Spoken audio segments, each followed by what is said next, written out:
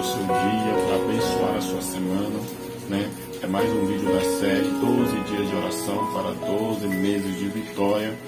O tema do 7º vídeo é compartilhando a esperança, né? Nós precisamos sim de esperança, precisamos compartilhar, porque o que seria da nossa vida sem esperança? Porque é a esperança que nos move todos os dias, né?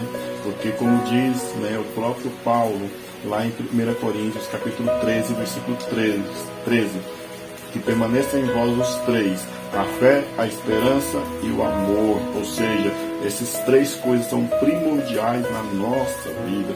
Mas a palavra que eu quero trazer para você hoje se encontra no livro de 1 Coríntios, no capítulo 15, no versículo 19. Mas antes de mais nada, eu quero pedir para você se inscrever, curtir, comentar, compartilhar. Então, bora para a palavra agora, né?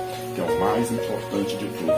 1 Coríntios, capítulo 15, versículo 19, diz o seguinte: se esperarmos em Cristo só nesta vida, somos os mais miseráveis de todos os homens. Vou ler de novo. Se esperarmos em Cristo só nesta vida, somos os mais miseráveis de todos os homens. Já podemos parar e meditar um pouco nisso, né? Sobre esperar nesta vida. O tema é compartilhando esperança. De repente, eu estou lendo um versículo que fala que somos miseráveis. Porém, se você parar bem, você vai ver que antes de falar que somos miseráveis, Paulo disse um se. Ou seja, você escolhe o que você quer ser. Se você quer ser bem-aventurado ou se você quer ser mais do que um miserável. Por quê? Você será bem-aventurado se você esperar além desta vida.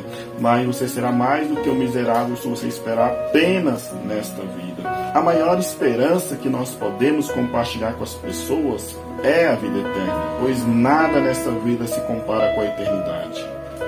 Quando estamos prestes a iniciar um ano novo, há quem peça saúde, há quem peça casa própria, o carro próprio, um emprego melhor, um salário melhor. É errado? Não. Todos nós temos esperança de melhorar de vida.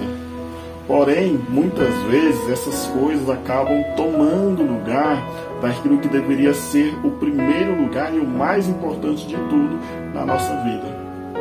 E essas coisas acabam tomando o espaço de toda a nossa esperança. Podemos ter esperança nessas coisas e nas coisas espirituais? Sim, podemos. Mas muitas vezes nos esquecemos das coisas espirituais e nos lembramos só das coisas materiais, das coisas desta vida, deste tempo, dessa terra. A morte e a ressurreição de Cristo é o centro do Evangelho. Não podemos trocar isso por nada. Então a maior esperança que podemos compartilhar é essa: a morte e a ressurreição de Cristo, a vida eterna. Pois diante da vida eterna, todas as coisas são pequenas. Por que Paulo disse que o cristão é mais do que um miserável se esperar apenas nesta vida?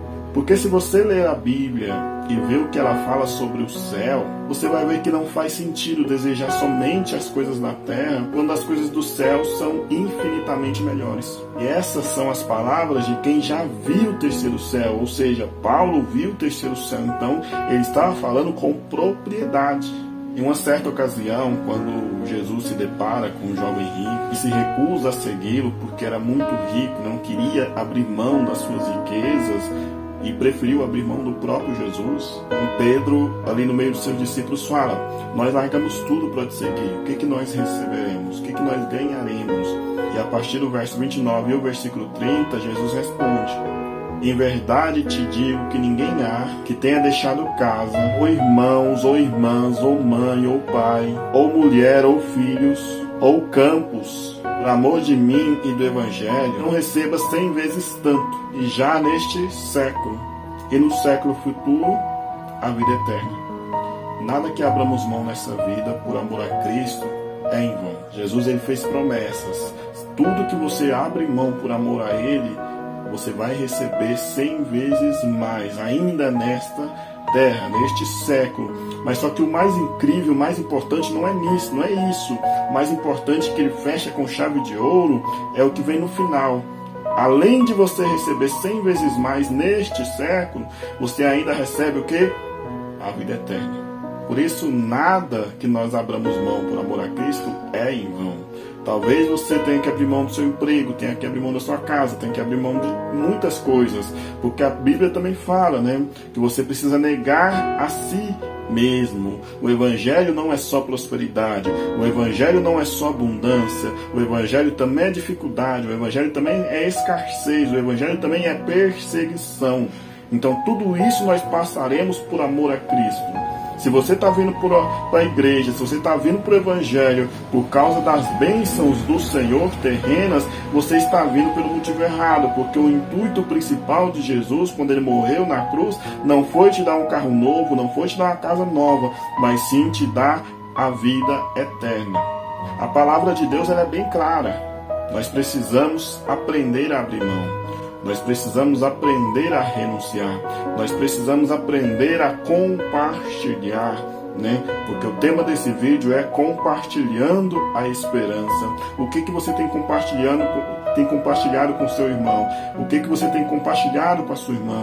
O que você tem compartilhado com seus vizinhos, com a sua família, com seus colegas de trabalho? Você tem a palavra de Deus nas suas mãos e você não tem compartilhado ela com as pessoas? Este é o melhor momento de pregar a palavra. Mas por que este é o melhor momento? O que tem de tão especial neste momento? Não tem nada de especial neste momento. Eu estou dizendo que este é o momento porque Paulo diz em 2 Timóteo, capítulo 4, versículo 2, que nós devemos pregar a palavra a tempo e fora de tempo.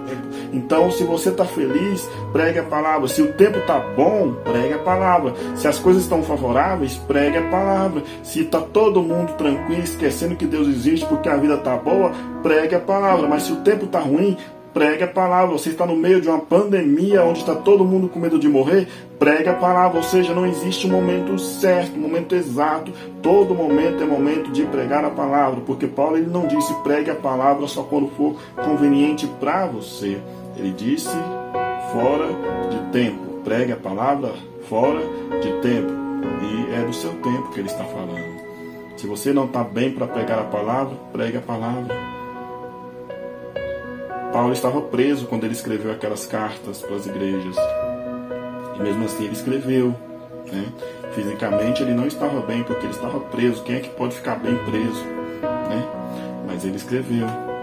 Davi não estava bem quando escreveu 73 salmos, que você lê lá, dos 150 salmos escritos, 73 foram de Davi. Ele não estava bem quando ele estava escrevendo aqueles salmos. Por quê? Porque na maioria estava sendo perseguido. Na maioria, em alguns deles, ele estava sendo perseguido pelo próprio filho, né? Então ele passava por situações difíceis e estava ali escrevendo. Ele poderia simplesmente pensar, não vou escrever agora não, vou esperar as coisas melhorarem primeiro para eu poder pregar a palavra, mas não.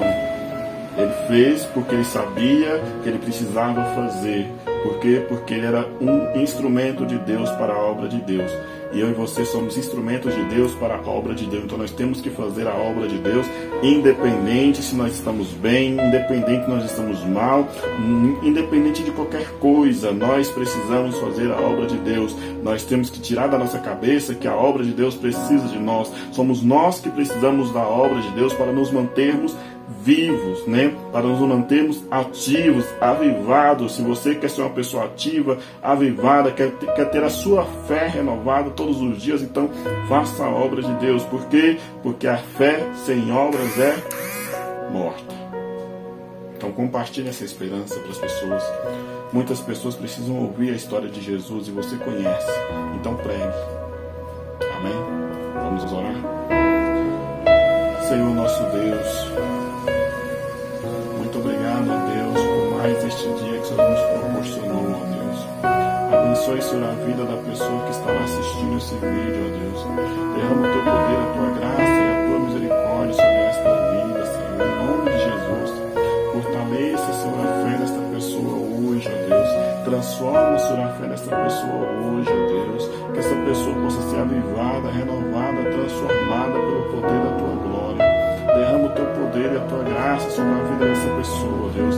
Que esta pessoa possa ser, Senhor, usada como um instrumento do Senhor. Essa pessoa possa compartilhar, Senhor, a palavra de esperança, Senhor, para as pessoas que estão desanimadas, para as pessoas que não têm mais perspectivas, ó Deus. Derrama o teu poder, a tua graça e a tua misericórdia, ó Deus, em nome de Jesus, ó Deus. Que esta palavra alcance mais e mais corações, ó Deus, e que muitas pessoas, ó Deus, possam testemunhar e testificar as grandezas e as maravilhas que o Senhor fez e fará sobre a vida desta pessoa, Deus. Em nome de Jesus te agradecemos.